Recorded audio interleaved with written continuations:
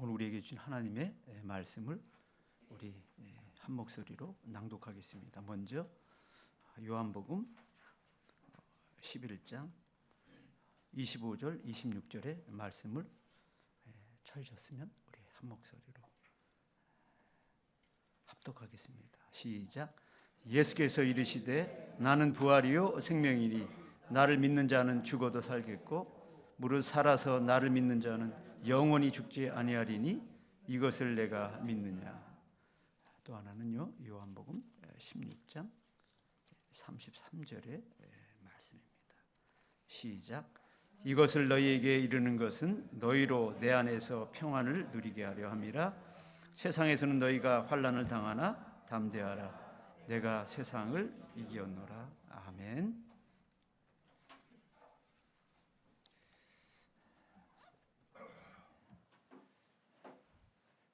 사람은 무엇으로 사는가라고 하는 질문을 던질 때에 사람은 감동을 먹고 사는 존재다, 이런 말씀을 드리고 싶습니다.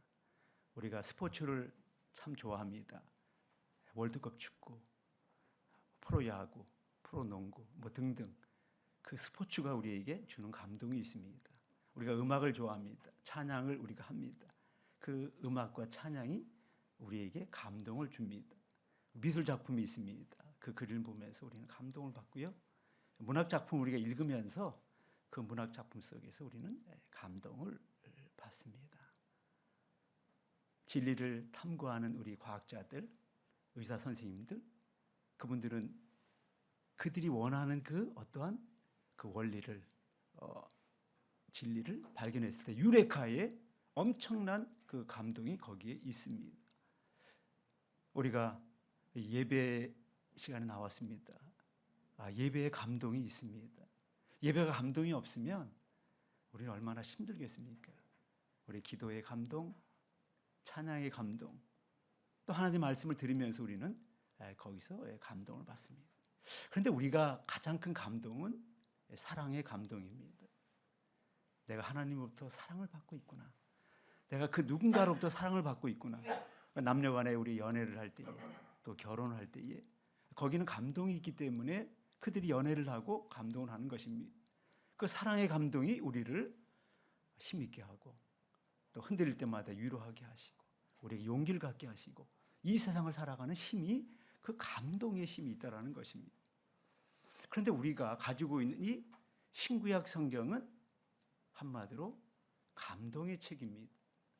구약 성경은 430년 동안 애굽의 노예 상태로 있을 그들이 이제 해방된 그 출애굽의 감동, 그 출애굽의 감동이 구약 성경을 탄생시켰습니다. 그 신약 성경은 사망 권세를 이기신 주님의 그 부활의 감동을 체험한 제자들이 써내려갔던 책, 그것이 신약 성경입니다. 그리고 오늘 우리가 주의 이 주일을 지키면서 이 주일이라고 하는 이 말은 주의 날이다, 이런 뜻입니다. 정확하게 말하면 주님이 부활하신 날입니다. 그래서 매 주일은 부활절입니다. 그런데 우리가 1년을 살면서 매 주일을 지키면서 우리는 부활절이라고 할 때에 그 한 절기를 부활주일로 예배를 드리고 그 이후에는 우리가 부활을 잃어버렸다는 것. 매주일이 부활하신 주님의 날을 기억하면서 부활의 감동으로 우리가 이 주의 전에 나오는 것입니다. 그래서 우리가 이 기독교가 부활로부터 시작됐다라고 하는 이것을 우리가 제대로 알아야 되고 또 그것을 우리가 삶 속에 우리가 적용을 할 때에 오늘 우리 그리스도인들이 그리고 오늘 우리 기독교회가 누가 뭐라 그래도 위기라고 할 때에 그 위기를 극복할 수 있는 길이 거기에 있다라는 것을 오늘 여러분과 더불어 이 말씀을 통해서 나누고자 하는 것입니다. 제가 여러분들에게 이런 질문 하나 던지고 싶습니다. 여러분이 인생을 살아오면서 어떠한 결정적인 인생의 순간에 무엇이 나로 하여금 그 결정적인 순간을 바꾸게 하는 그 힘이 되었는가, 원동력이 되었는가라고 할 때에 어떻게 대답하시겠습니까? 선생님의 말씀이, 부모님의 말씀이, 내 친구가, 아니면 물질이, 아니면 사회적 지위가, 아니면 어떤 책이, 그 무엇이 여러분이 인생의 그 어려움이 있거나 아니면 결정적 순간에 그 인생의 그 터닝 포인트를 이끌어 갔습니까? 그 질문을 저에게 던진다면 저는 여러분들 이렇게 드리고 싶습니다. 하나님의 말씀이 내 인생의 결정적 순간마다 나를 움직였고 그 말씀이 오늘의 나를 여기까지 이끌었다. 이런 말씀을 드리고 싶습니다. 그러면서 돌이켜보니까 내 차례의 어떠한 인생의 위기가 있을 때마다 하나님께서 그때마다 말씀을 저에게 주시는 겁니다. 이것은 진짜 독특한 은혜입니다. 어떻게 사람이 살면서 여러 가지 어떠한 어려움을 당할 때마다 그 어려움을 극복할 때에 여러 가지 수단과 방법과 또 여러 가지 그 어떤 과정을 통해서 사람이 바뀝니다. 그런데 하나님의 말씀이 그때마다 하나님께서 들려주셔서 오늘의 제가 여기 있었다? 이것은 엄청난 은혜입니다. 근데 그것을 이 시간에 네 차례인데 다 말씀을 드릴 수가 없고 그것은 다음에 하기로 하고요. 맨 마지막에 네 번째 있었던 한 사건을 여러분과 더불어 이제 나누려고 하는 것입니다. 2000년에 제가 대전에 있는 대전신학대학교 교수로 가게 되었습니다. 나이 45세에 이제 교수가 되어서 5년 동안 이제 교수 생활을 하게 됩니다. 그러면서 제가 이제 이런 생각을 했습니다. 내 나이 50에 내가 지금 선교사로 가기로 결단하지 않으면 다시는 선교사로 갈 기회가 없겠다라는 생각이 들었습니다.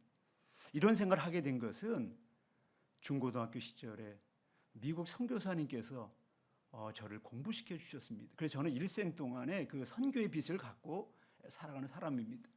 이제 나이 50이 되어서 내가 그 선교의 빛을 조금이라도 갚아야 되지 않겠는가라고 생각을 하고 있었습니다. 그런 중에 2004년 8월에 기독 공부에 한 기사가 나왔는데 어떤 기사인가 하니 카자흐스탄에 신학교의 학장을 이렇게 뽑는다는 겁니다. 그래서 제가 뒤도 돌아보지 않고 원서를 냈습니다. 그랬더니 거기서는 그냥 저를 받아가지고 이제 카자흐스탄 선교사로서 이제 학장을 저를 갖다가 이제 선임한 것입니다. 그해 12월에 이제 학생들 앞에서 카자흐스탄 선교사로서 이제 파송 예배를 드렸습니다. 그리고 이제 얼마 후에 이제 학교에서 사표를 내라 그래가지고 제가 이제 선교사로 갈 거니까 사표를 이렇게 냈습니다. 근데 한 달 좀 지나면서부터 이제 문제가 생기기 시작하는 겁니다. 카자흐 선교회와 총회 세계 선교부가 서로 이제 싸우는 겁니다. 뭘 가지고 싸우는가 하면 그 카자흐 그 현지에 있는 그 신학교가 누구의 그 신학교가 되어야 되느냐라는 겁니다. 총회 선교부에서는 그것은 당연히 예장통합 신학교가 된다는 것이고요. 카자흐 선교에서는 우리는 예장통합 선교사의 이 선교부에 간섭을 받기 원치 않고 우리가 원하는 신학교니까 이것은 카자흐 선교부 신학교로 그들이 자체 운영하기를 원한다는 겁니다. 그 두 이제 이 집단이 이제 서로 싸우는 겁니다. 그러는 중에 제가 이제 고민에 빠졌습니다. 그래서 이거 어떻게 해야 되나 하고 이제 한 달 동안 이제 고민하면서 이런저런 이제 사람들 만나기도 하고 또 이제 문제를 해결하기 위해서 했지만은 잘 되지 않습니다. 그런데 이제 2월 4일 날 새벽에 하나님께서 기도로 저에게 말씀하는 겁니다. 요셉에게 2번의 그 꿈을 통해서 요셉이 나아갈 길을 하나님께 보여주신 것처럼 하나님께서 카자흐 선교사 가지 말라는 그러한 2번의 연거푸 제가 꿈을 꾸면서 카자흐 선교에 이거 멈춰야 되겠다. 그래가지고 이제 카자흐 선교사로 이제 못 가게 되었습니다. 그리고 다시 학교로 제가 교수로 다시 이제 복귀하기 원합니다. 그런데 여기서 문제가 생겼습니다. 학교에서는 당신이 사표를 냈기 때문에 받아줄 수 없다는 겁니다. 그 당시 학교가 이제 건축을 하면서 교수 하나를 내보내야 이제 재정적인 그런 여유가 있다라고 하는 생각 때문에 저를 다시 받아주지 않는 겁니다. 결론은 선교사도 못 가고 교수직만 잃게 되는, 그래서 이제 갑자기 이제 실업자가 되는 겁니다. 그런데 여기서 제가 이제 2달 동안에 제가 5집단에 의해서 엄청난 그 회의와 실망과 아픔을 가졌습니다. 카자흐 선교회, 총회 세계 선교부, 대전신학대학교, 그리고 카자흐에 있는 현지 거기 선교사, 그리고 제가 서울에 다니는 그 교회를 통해서 제가 어려움을 당합니다. 그러면서 선교사로 갈 때는 저들이 저를 갖다가 얼마나 정말로 훌륭하다 그리고 교수직을 내려놓고 거기를 가게 됐다라고 했는데 막상 선교사도 못 가고 교수직 잃게 되는 순간 나 당신 모릅니다. 모르는 사람처럼 저를 대하는 그 앞에서 이것이 세상인가? 그리고 그 목사의 세계에 제가 엄청난 환멸을 느꼈습니다. 너무너무 화가 났습니다. 그리고 저 자신에 대해서 너무너무나도 정말 한심하다는 생각이 들었습니다. 그래서 첫 번째로 한 게 서망교회 예전에 이 박용순 집사님이라는 계신데 그분이 그 압구정동에 윤호 안가라고 했습니다. 지금은 이제 아이러브 안가라고 하는 그 안가가 있는데 그 집사님한테 가가지고 내가 세상을 다시 새롭게 봐야 되겠다 가지고 라식 수술을 했습니다. 세상을 다시 봐야 되겠다고. 왜? 내가 그동안에 사랑을 몰랐고 세상을 몰랐다는 겁니다. 그래서 내가 세상에 속았고 나 자신을 잘 몰라가지고 이런 한심한 모습의 저 자신을 보면서 내가 눈을 수술해야 되겠다 해서 그냥 수술하러 갔습니다. 그리고 이제 눈 수술을 했습니다. 그리고 한 주간 동안에 이제 눈 수술이 이제 어느 정도 이제 완쾌가 되면서 그 다음에 한 것이 뭐냐? 제가 목사인데 이런 어려움을 당하면 어떻게 되느냐? 실망과 낙심만 것만 할 게 아니라 기도해야 되지 않겠느냐? 그 40일 기도하기로 작정했습니다. 그래서 어디로 갈 것이냐 했을 때에 제 대전신학대학에서 저에게 배움을 했던 제자 하나가 충북 제천에 새생명 전원교회라고 하는 교회를 하고 있었습니다. 그 전도사에게 이제 전화를 했습니다. 내가 이러이러하니 나 그걸 40일간 기도하겠다. 그랬더니 교수님 오세요. 저희들이 교수님 모시겠습니다. 해가지고 이제 2005년도 3월 7일부터 거의 40일 동안 4월 15일까지 40일간 기도하는 그러한 시간을 갖게 되었습니다. 기도를 시작합니다. 분노, 절망 속에서 제가 기도를 하는데 한 10여일 지날 때에 제가 지옥을 체험합니다. 얼마나 사람이 이 분노하고 화가 나면 절망하면 이 다리 속에 그 뼈 속이 아픈 거예요. 뼈 속이 아프다. 그것은 엄청난 아픔입니다. 제가 지옥이 있다라는 걸 거기서 체험했습니다. 그러다가 이제 15일쯤 되었을 때에 기도하는 순간 하나님께서 저에게 말씀을 주시는 겁니다. 그 말씀이 요한복음 11장 25절 26절의 말씀입니다. 예수께서 이르시되 나는 부활이요 생명이니 나를 믿는 자는 죽어도 살겠고 무릇 살아서 나를 믿는 자는 영원히 죽지 아니하리니 이것을 내가 믿느냐? 하나님께서 저에게 말씀을 주시는 겁니다. 저는 구약 교수입니다. 그런데 이 요한복음의 말씀을 주는 그 순간은 저 자신이 그 말씀을 통해서 이제 위로를 받고 소망을 얻고 용기를 얻고 그 자리에서 털고 일어나는 엄청난 의미를 가진 그러한 순간이었지만 그때는 몰랐습니다. 그때 이후로 10여 년 동안 제가 이제 요한복음과 요한계시록을 연구하는 사람이 되올 줄이야. 그리고 그것은 하나의 저 개인적인 의미만이 아니라 역사적인 의미를 갖는 순간이었다는 겁니다. 이 얘기는 조금 이따 다시 하기로 하고요.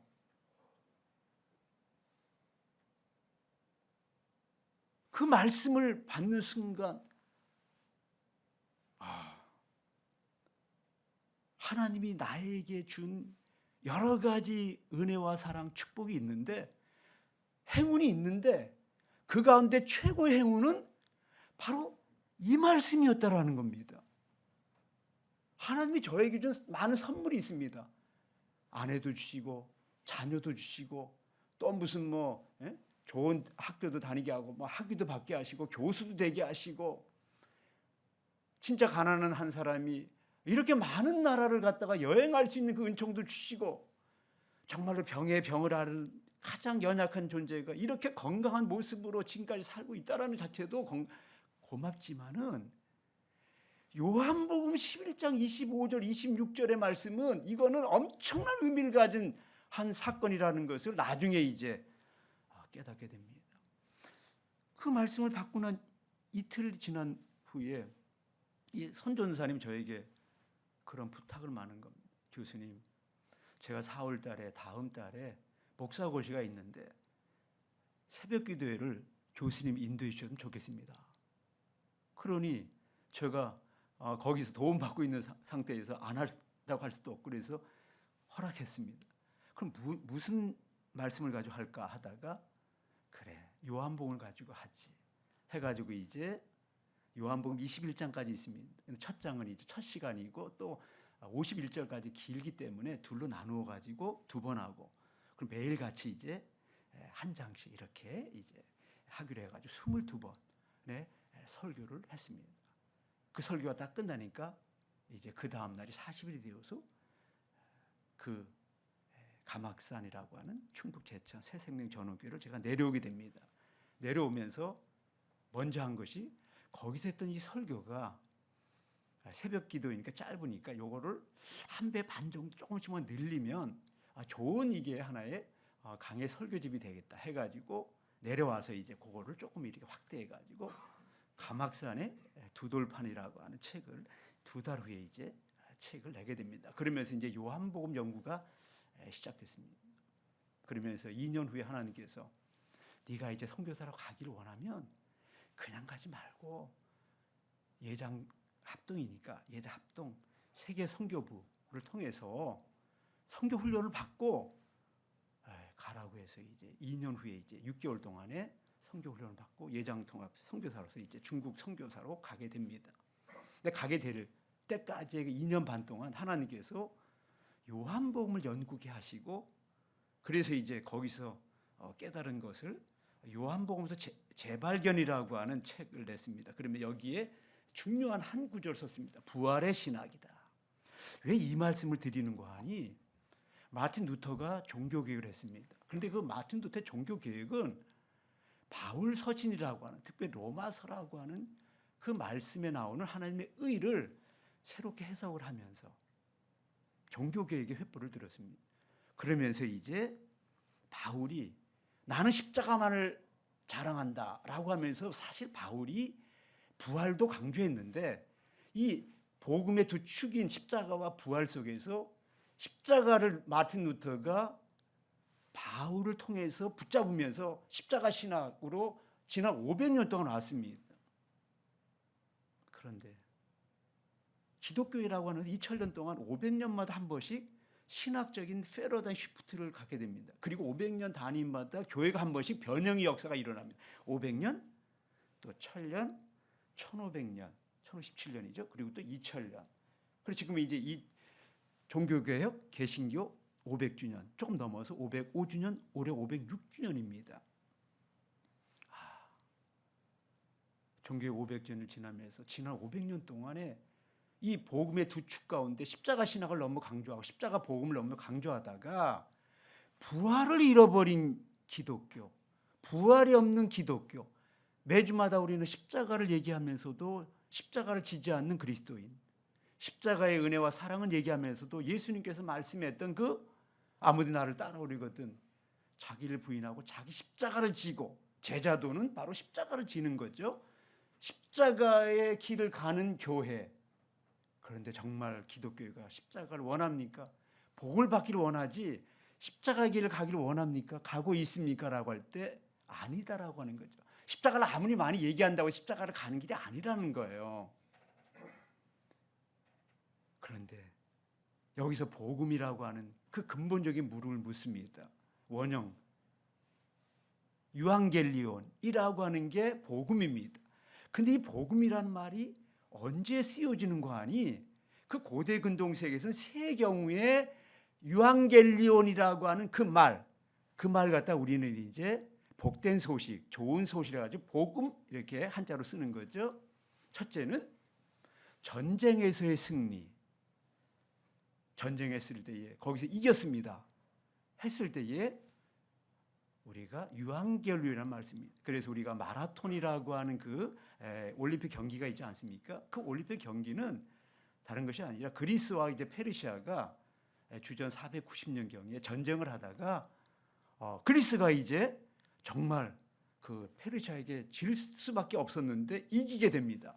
그럼 한 병사가 너무 기뻐가지고 그 마라톤에서부터 왕이 있는 그 아테네까지 42.195km를 달렸습니다.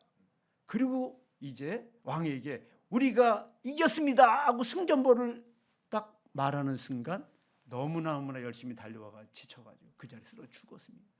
그걸 가리켜서 유한결류를 하는 겁니다. 두 번째는 경기에서 이겼을 때에, 그러니까 우리가 이제 가장 대표적인 게 우리가 그 마라톤 경기를 통해서 마라톤 경기에서 승리하면 월계관을 씌우지 않습니까? 그 모습이 바로 유한결륜입니다. 세 번째는 예전에는 한 나라라고 하는 것은 왕이 통치하는 거고 왕의 그 통치의 그 나라가 안정될 나라가 되려면 후계자가 결정돼야 됩니다. 후계자가 있어야 돼. 아들이 있어야 되는 거죠. 그 아들이 탄생했을 때 이제 우리나라가 안정됐다 해가지고 아들의 탄생을 가리켜서 유한결륜이라는 말을 쓰는 겁니다.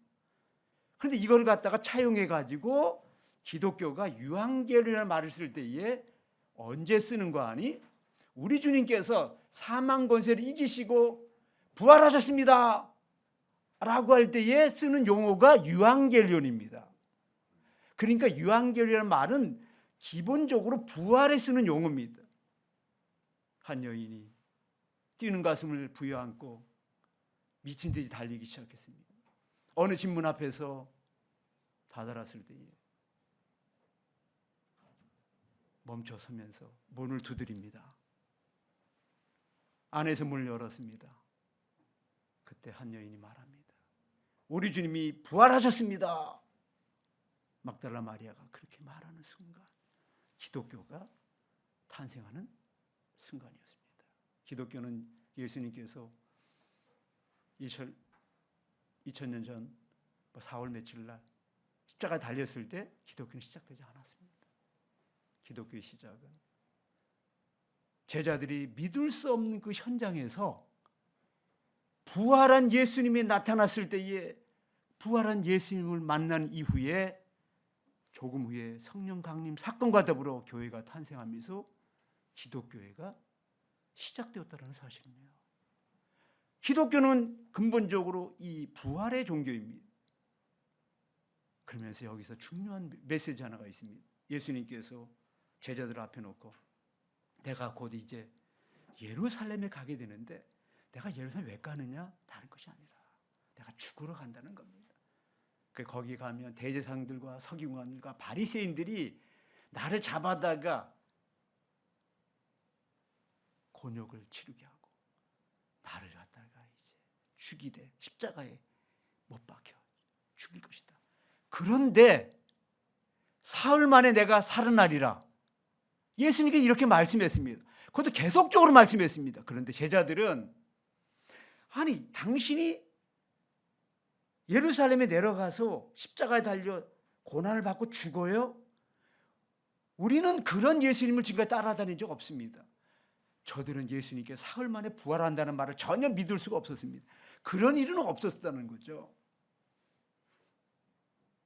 그러면서 예수님께서 이어서 말씀합니다. 누구든지 나를 따르려 그러거든 자기를 부인하고 자기 십자가를 지고 나를 따를 것이니라. 예수님께서 지금 말씀하기를 너희가 나에게 참된 제자가 되려면 나를 따라와야 되는데 아무렇게나 따라오는 게 아니야. 네가 져야 될 십자가가 있으니까 십자가를 지라는 겁니다. 그런데 예수님께서 그렇게 말하실 때는 제자들이 아무도 십자가를 따르지 않았습니다. 십자가를 지는 예수님 앞에서 한 제자는 그동안 자기가 꾸었던 자기가 바라던 꿈이 무너졌다는 것에 의해서 자살합니다. 11명의 제자들은 다 십자가 앞에다 도망갔습니다. 그런데 예수님께서 부활한 이후에 제자들에게 너희가 나를 따르거든 내 제자가 되라고 십자가를 지라고 한마디도 한 적이 없습니다. 그런데 부활한 예수님을 체험한 이후부터 저들은 전부 다 십자가를 지고 순교로 그들의 생을 다 마감했다라고 하는 것은 역사적인 사실입니다. 무엇을 말하는 겁니까? 십자가를 얘기한다고 해서 십자가를 지는 게 아닙니다. 십자가를 지려면 부활에 대한 체험이 있어야 됩니다. 부활 신앙을 가져야 됩니다. 부활 신앙이 뭡니까? 다른 거 아닙니다. 한마디로 말하면 죽어도 산다는 겁니다. 아니 영원히 산다는 겁니다. 이 한 가지 사실 앞에서 죽음이 두렵지 않은 사람, 이 세상의 그 어떤 것도 죽음을 극복한 사람은 두려움이 없습니다. 제가 여러분들에게 묻습니다.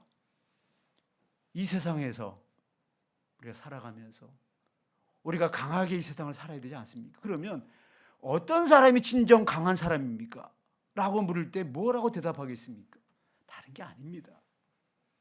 진정한 강한 사람은 죽음의 강을 건넌 사람입니다. 오늘의 설교 제목, 죽음의 강을 건넌 사람. 죽음이 두렵지 않은 사람입니다. 여러분, 누군가가 싸우다가 한쪽에서 나 죽겠다고 덤벼드는 사람 앞에 도망가야 됩니다. 그 사람에서 이길 수 없습니다. 아무도요. 도망가야 돼요. 그 사람 싸우겠다 하면 자기도 죽습니다. 제일 무서운 사람은요, 죽음이 두렵지 않는 사람이에요. 제자들이 이전에는 죽음을 두려워했습니다. 왜? 인간에게서 가장 우리를 힘들게 하는 게 두 가지예요. 하나는 죄, 또 하나는 죽음이에요. 이 두 가지 문제를 주님께서 죄의 문제는 십자가로 해결하시고 죽음의 문제는 부활로 해결했어요. 그런데 우리가 죄로부터 구원받았다는 사실은 우리에게 엄청난 은혜죠. 사랑이죠. 감격이죠. 그러나 그가 다시 죽습니다. 그러면 너희의 믿음이 어떻게 되느냐? 그래서 사도 바울이 고린도전서 1장에서는 유대인들에게, 헬라인들에게 그가 무엇을 말했냐면, 유대인들은 표적을 원합니다. 아, 메시아는 능력이 있는 존재여야 돼. 헬라인들은 뭐냐? 인간에게 중요한 건 지혜야. 그래서 유대인들은 표적을 구하고 헬라인들은 지혜를 구하나 우리들은 십자가에 못 박힌 그리스도를 전하니 유대인들에게는 그것은 무능한 것이고 헬라인들에게는 어리석은 것이로되 구원을 얻은 우리들에게는 하나님의 능력이요 지혜다. 고린도서 1장에서 그렇게 말씀했다라는 거죠. 여기서 중요한 게 있습니다. 사도 바울이 고민이 하나가 있었습니다. 사도 바울은 쉽게 말하면 유대교 바리새인이었습니다. 굉장한 지성이죠. 종교적인 그 권력을 가진 사람이죠. 바리새인 하면. 그에게 고민이 하나가 있었습니다. 뭐냐면 자기가 생각할 때에 예수라는 분은 실패한 메시아라는 거죠. 왜냐하면 구약성경 신명 21장 23절에 의하면 나무에 달린 자마다 저주받은 자다. 다시 말해 십자가에 달린 강도, 십자가에 달린 예수, 그거는 저주받았기 때문에 십자가에 지금 못 박힌 거라는 거죠. 근데 그거 어떻게 메시아가 될 수 있냐라는 거죠. 이해할 수가 없는 거죠. 실패한 메시아가 어떻게 우리의 진정한 구원을 주는 메시아가 될 수 있느냐? 이해할 수가 없었다는 거죠. 이해가 안 되는 거죠. 언제 그게 이해가 되느냐? 언제 깨달아지느냐? 그건 다른 게 아니에요. 부활 체험이 있어야 되는 겁니다. 그래서 주님께서 나타나셨습니다. 담액 도상을 향하여 믿는 우리 그리스도인들을 핍박하기 위해서 그 먼 데까지 예루살렘에서 다맥세까지 혈기등등 해가지고 잡아다가 감옥에 갔고 아니면 죽여버리겠다라고 하는 그 사울의 그 열정, 대단한 것이죠. 그런데 그 담액 도상에서 부활한 예수님이 나타났습니다. 사울아 사울아 어찌하여 네가 나를 핍박하느냐? 당신 누구십니까? 나는 네가 핍박하는 예수다. 부활한 예수님이 나타나서 바울이 눈이 멀게 됩니다. 다시 눈의 이 광채를 다시 회복할 때에 바울이 깨닫게 됩니다. 하나님께서 인간을 구원하는 방법은 이 세상 사람, 아니 심지어 사탄조차도 알지 못하는 십자가라는 그 처녀 의외의 방법을 사용했다라는 걸 깨닫게 됩니다. 아, 십자가가 무능이 아니구나. 십자가 실패가 아니구나. 십자가가 저주가 아니구나. 십자가가 수치가 아니구나. 십자가가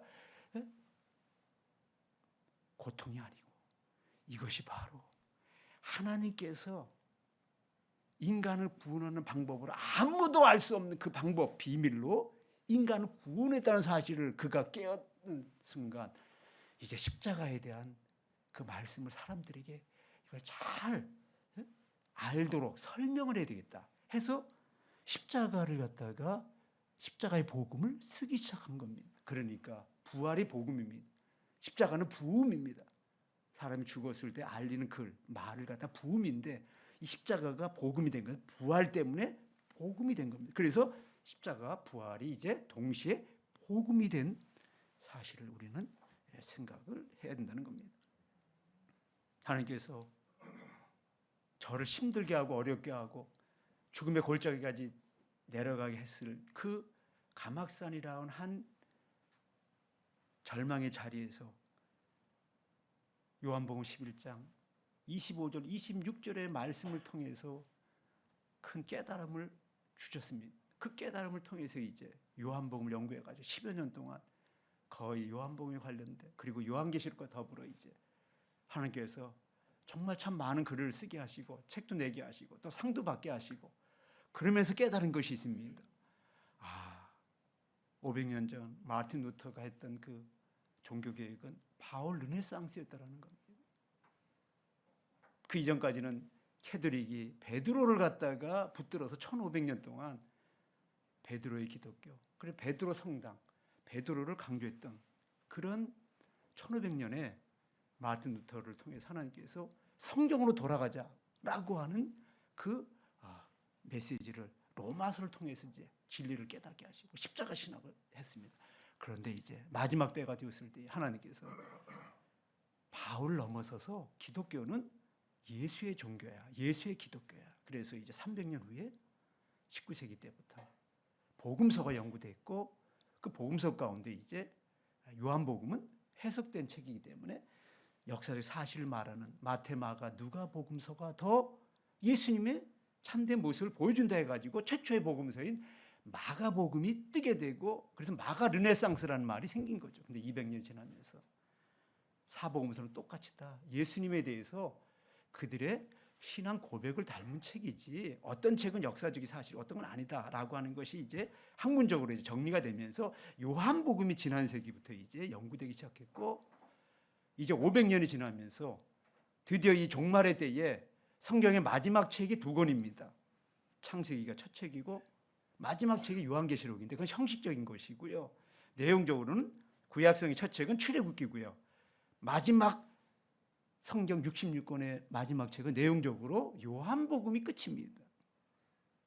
그러면서 요한복음이 우리에게 들려준 메시지는 바로 부활의 신학이라는 거예요. 그래서 요한복음 7개의 표적을 행할 때에 2장에 나오는 가나의 혼인잔치부터 시작을 해가지고 오늘 우리가 요한복음 11장에 나오는 나사렛 소생사건이 7번째 표적입니다. 그 7번째 표적, 마지막 표적에서 첫 표적도 마찬가지죠. 부활을 얘기하는 거예요. 마지막 표적에서 요한복음 전체 21장 가운데 11장에서 정확하게 기독교는 부활의 종교고 부활이 있기 전에 십자가가 있고 부활이 있고 그래서 현재는 십자가 부활 십자가 아니면 부활 십자가 부활. 그래서 이전에 우리가 시간상으로는 십자가 다음에 부활이지만 신앙적으로는 항상 부활 다음에 십자가입니다. 그리고 또 다시 부활인 것입니다. 예수님께서 부활을 가지고 이제 십자가에 가고 십자가 지고 나서 또 부활하셨습니다. 우리의 신앙도 똑같습니다. 우리가 부활을 가질 때만이 십자가를 질 수 있고 십자가를 지면 우리가 영원히 산다라고 하는 부활로 우리가 다시 또 거듭난다는 겁니다. 이것은 사도 바울에도 마찬가지입니다. 부활을 깨닫고 나서 십자가의 복음을 알게 되고 다시 그가 이제 부활을 얘기하는 게 고린전서 11장 15장에 나오는 그 부활장입니다. 부활장에서 사도 바울이 이렇게 말합니다.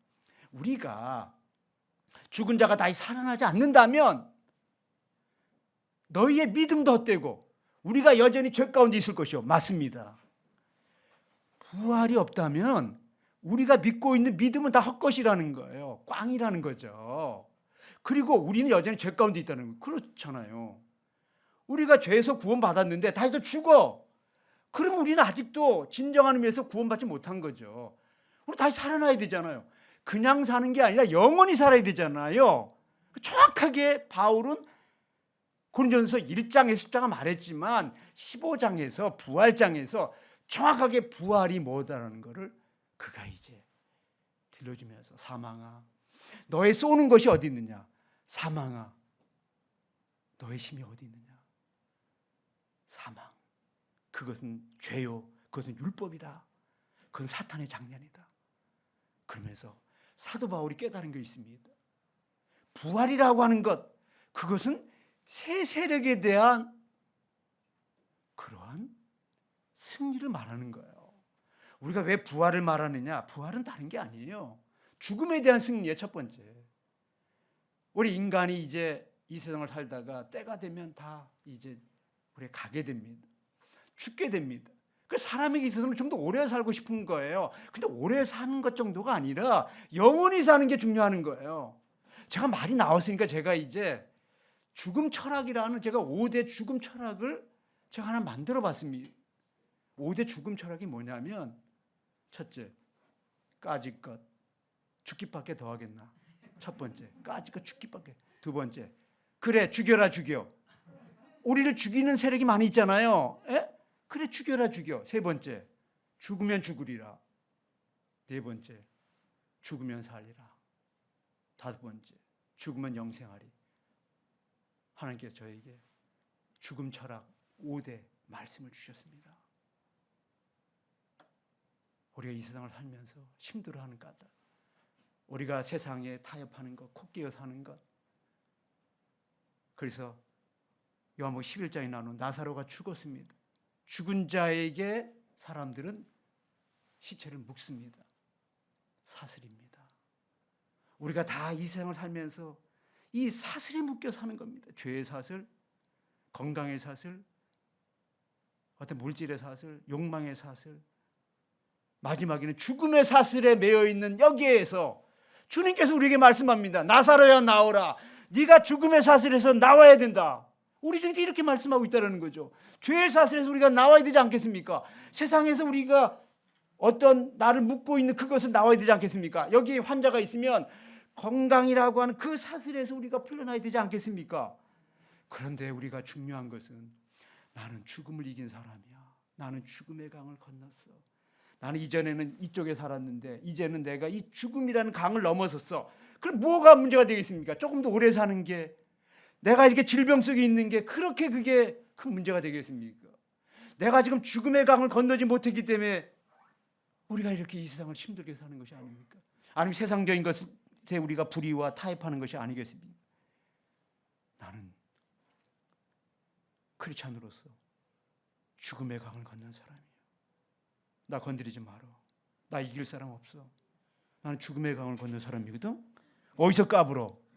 여러분, 죽음의 강을 건넌 사람처럼 이 세상을 힘있게 멋있게 넉넉하게 당당하게 사는 사람이 없습니다. 그러기에 오늘 요한복음 16장에서 예수님께서 이제 고별 설교를 다 마치고 나서 주님께서 이제 마지막 한마디 딱 33절, 그것이 겁니다.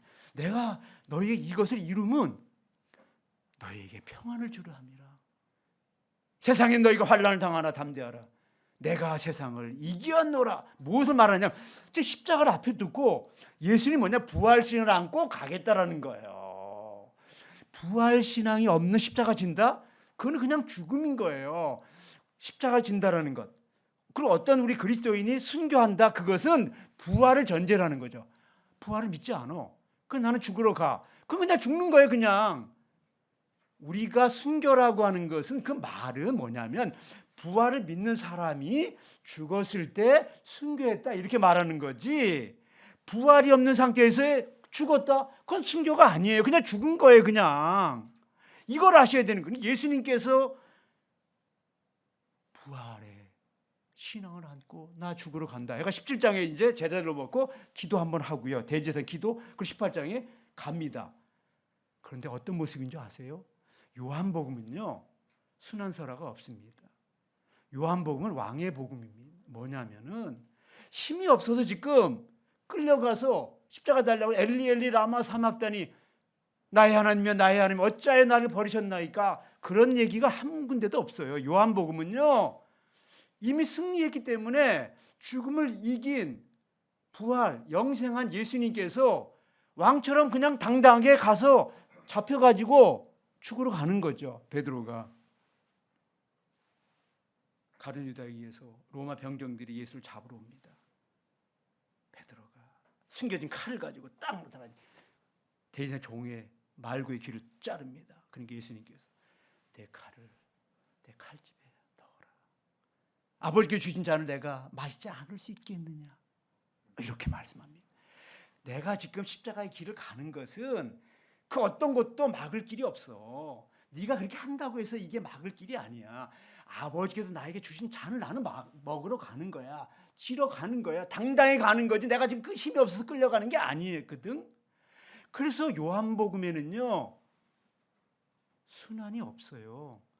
당당하게 그냥 죽으러 가는 거. 예수님은요 왕처럼 그렇게 당당하게, 그렇게 넉넉하게, 그렇게 멋지게, 그렇게 빛나게, 그렇게 요한복음은 예수님께서 가는 그 길을 부활의 길로, 그러면서 그 부활이 된 자만이, 부활 신앙을 가진 자만이, 부활의 체험을 가진 자만이 십자가를 넉넉히 칠 수 있다라는 것을 제자들이 보여주면서 부활한 예수님께서 제자들을 만났습니다.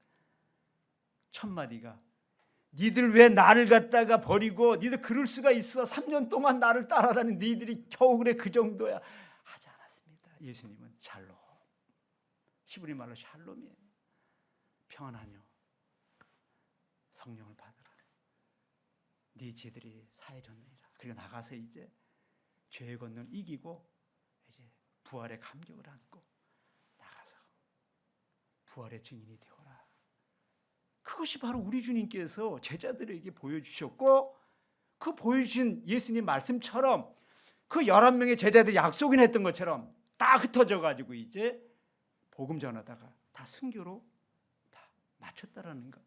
그것이 기독교가 오늘 거기서 이제 부흥의 역사가 일어나고 오늘 여기까지 와서 저와 여러분들에게 와서 세계적인 종교가 되고 우리가 지금 이 자리에 지금 앉아 있는 것입니다. 제가 지난번에 일본에 여행 갔다가 참 하나님께서 이번 여행에서 3명의 그 문학가들이 있죠. 일본의 가장 유명한. 그래서 여기 아마 우리 이 영상을 한번 보여드리려고 해요. 그 이제 저 남쪽에 휴시 지역이죠.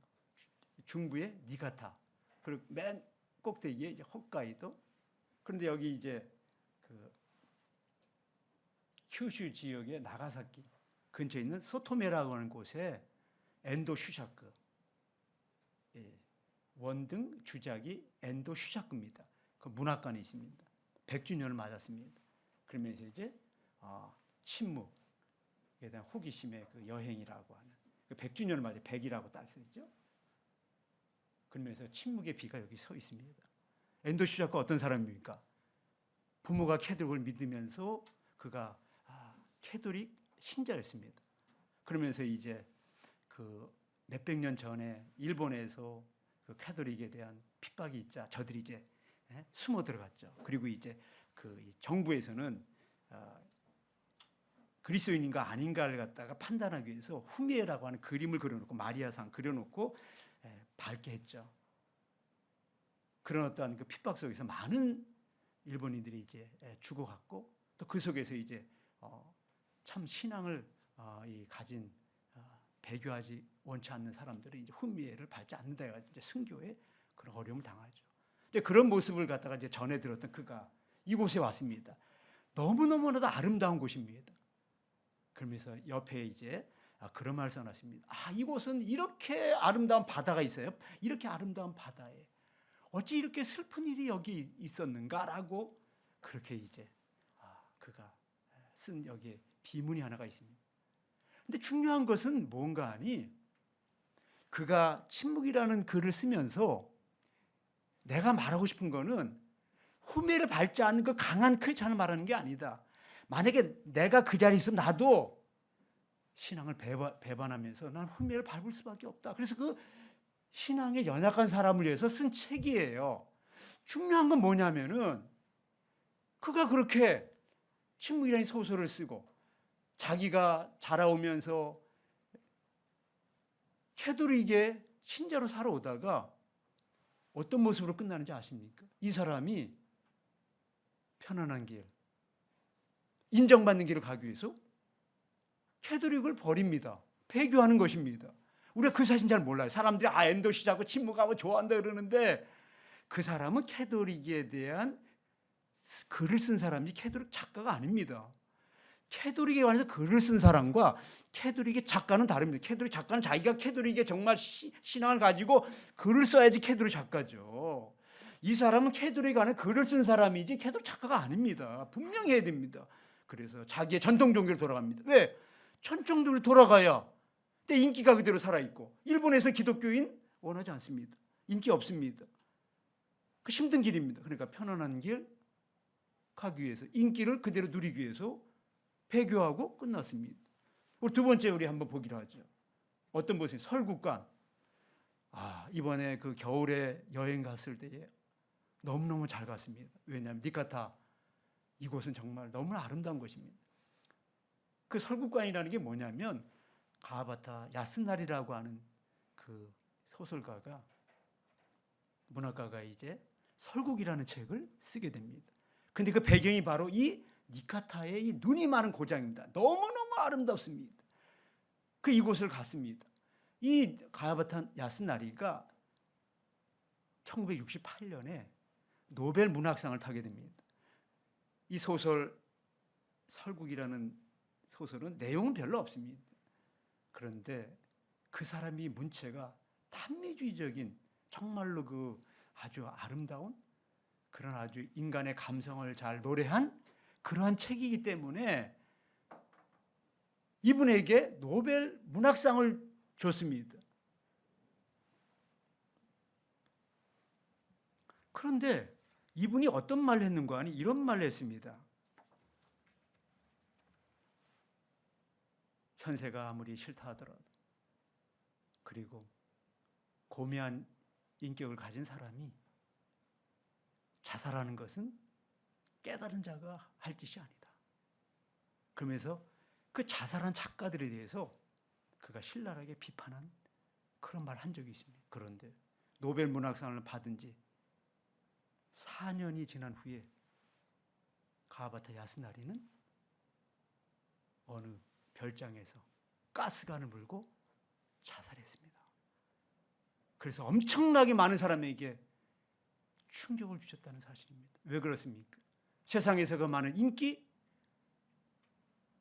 세상에서의 그 어떤 영광, 그것이 얼마나 허무하다라는 것, 예수 그리스도가 없는 그 인기라는 것, 그 세상적인 그 어떤 영예라는 것, 노벨 문학상, 그게 무슨 의미가 있습니까? 예수 없는 것은 다 허무한 것입니다. 자살로 끝났어요. 우리에게 중요한 메시지를 주는 것입니다. 그 다음 열어보세요. 그 다음에 세 번째, 저 꼭대기 홋카이도 훨씬 더 가서 아사히 가와라고 하는 미우라 아야코 문학 기념관을 갔습니다. 또 100주년을 맞았습니다. 미우라 아야코는 어떤 사람인가 하니 젊은 날 일본이 이 태평양에서 패망합니다. 그 이전까지 그가 교사생활 7년 하면서 어린애들이 그랬습니다. 천황 폐하를 위해서 우리가 생명을 바쳐야 되지 않겠냐. 그런데 패망하면서 엄청난 충격을 받게 됩니다. 그러면서 병을 앓게 된 13년 동안 병상에 누워있는 그러한 환자였습니다. 중증 대상포진, 직장암, 혈소판 감소증, 그리고 파킨슨병, 그리고 몸무게가 30여 킬로밖에 나가지 않습니다. 그거는 송장입니다. 30여 킬로밖에 안 나가는 그런 해골 같은 그 모습으로 병상에 13년 동안 누워있는 겁니다. 그런 미우라 아야코가 하나님을 만났습니다. 그러면서 그가 말합니다. 나에게는 내일이 오는 것, 그것이 희망이다. 내일이 어떤 날이 될지 몰라도 하나님께 주신 내일이기 때문에 나는 지금 이 자리에서 나는 살아있어야 되고 내일에 대한 나는 꿈을 갖습니다. 그런 얘기를 그가 합니다. 그러면서 우리가 살아가는 것은 다른 게 아닙니다. 빛이라는 거, 빛. 그리고 소망이라는 거예요. 그게 어디서 나왔습니까? 부활에서 나오는 겁니다. 부활 생명에서 나오는 겁니다. 부활이 어떤 뜻입니까? 부활이 일곱 색깔 무지개처럼 빨주노프 파남보, 그게 정확하게 부활을 말하는 것입니다. 부활은 일곱 개의 빛이 있습니다. 부활은 밝은 빛이 있습니다. 빨강색. 부활은 기쁨의 빛입니다. 주황색입니다. 부활은 생명의 빛입니다. 노란색입니다. 부활은 소망의 빛입니다. 노란색. 생명의 빛입니다. 초록색. 부활은 승리의 빛, 그래서 파란색. 부활은 능력의 빛입니다. 그래서 남색. 부활은 영광의 빛입니다. 그래서 보라색인 것입니다. 그게 바로 하나님께서 무지개 일곱 색깔이 바로 부활의 일곱 색깔입니다. 그래서 부활은 기본적으로 이 긍정적인 언어입니다. 왜 이런 얘기를 하는 거 아니? 십자가는 죽음입니다. 그 예수님께서 말씀하시기로 나는 십자가요 죽음이니 나를 믿는 자는, 이렇게 말하지 않았습니다. 주님은 분명하게 우리에게 나는 부활이요 생명이다, 이렇게 우리 주님께서는 말씀했다는 겁니다. 우리 사람은 언어의 존재입니다. 우리 언어 속에 사는 겁니다.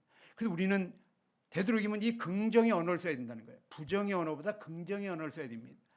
여러분들이 잘 아시는 어느 목사님이 그 귀신론을 갖다가 한동안 우리 한국교회에 퍼뜨렸습니다. 귀신론 좋은 겁니다. 예수님이 말씀하신 귀신 들린 자에게 그 귀신이 나가게 함으로써 그를 온전하게 한다는 건 중요한 것입니다. 귀신아 물러가라, 좋습니다. 그런데 그 귀신아 물러가라를 계속하면서 귀신론을 강의하면서 결국 어떻게 된 줄 아십니까? 사람은 언어의 존재이기 때문에 그걸 계속 말하고 그걸 계속하는 순간 다 귀신에 빠지는 거예요. 맞습니다, 여러분들. 성령이 오셨네, 성령 충만, 그런 얘기를 많이 해야 돼요. 근데 귀신의 얘기를 많이 하게 되면 거의 빠질 수밖에 없다는 거예요. 죄송한 얘기지만 이 옆에 영동교가 있어요.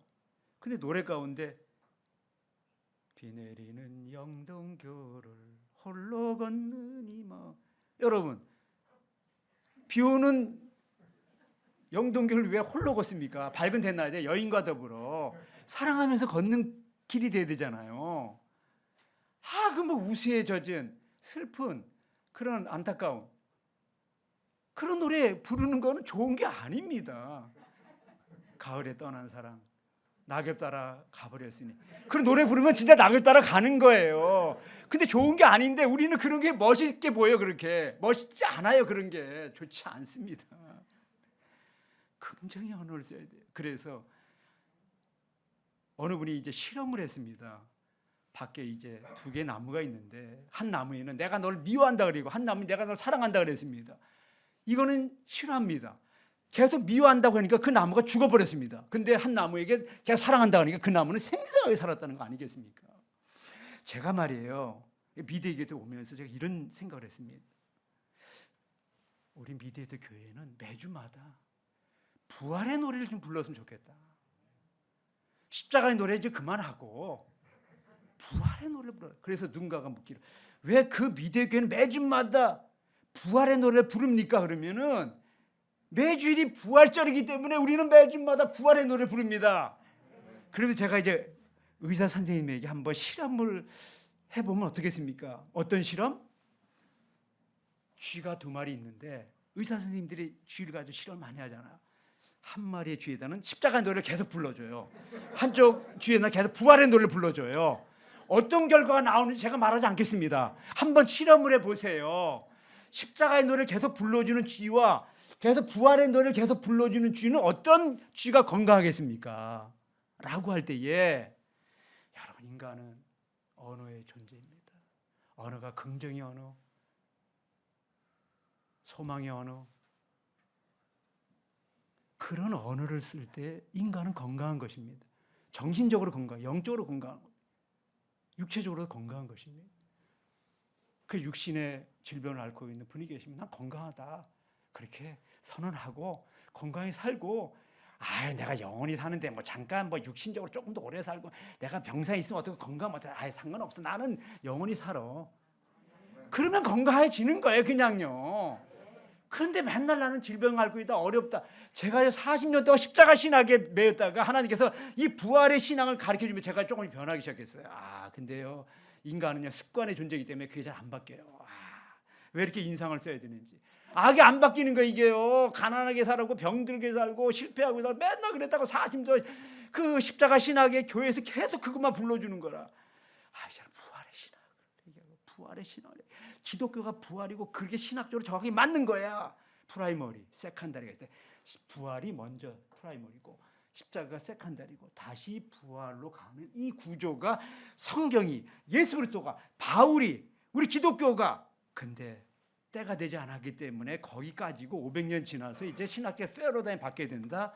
이제 그거를 5월 달부터 이제 제가 이제 글로 이제 본격적으로 쓰기 시작하려고 합니다. 그러면서 요한 르네상스 시대로 다시 와야 된다. 그것은 부활의 신앙으로, 부활의 복음으로 돌아갈 때에 우리의 인생이 달라지고 이 교회가 달라지고 세상을 이기는 힘, 바로 부활의 복음이 있다는 것.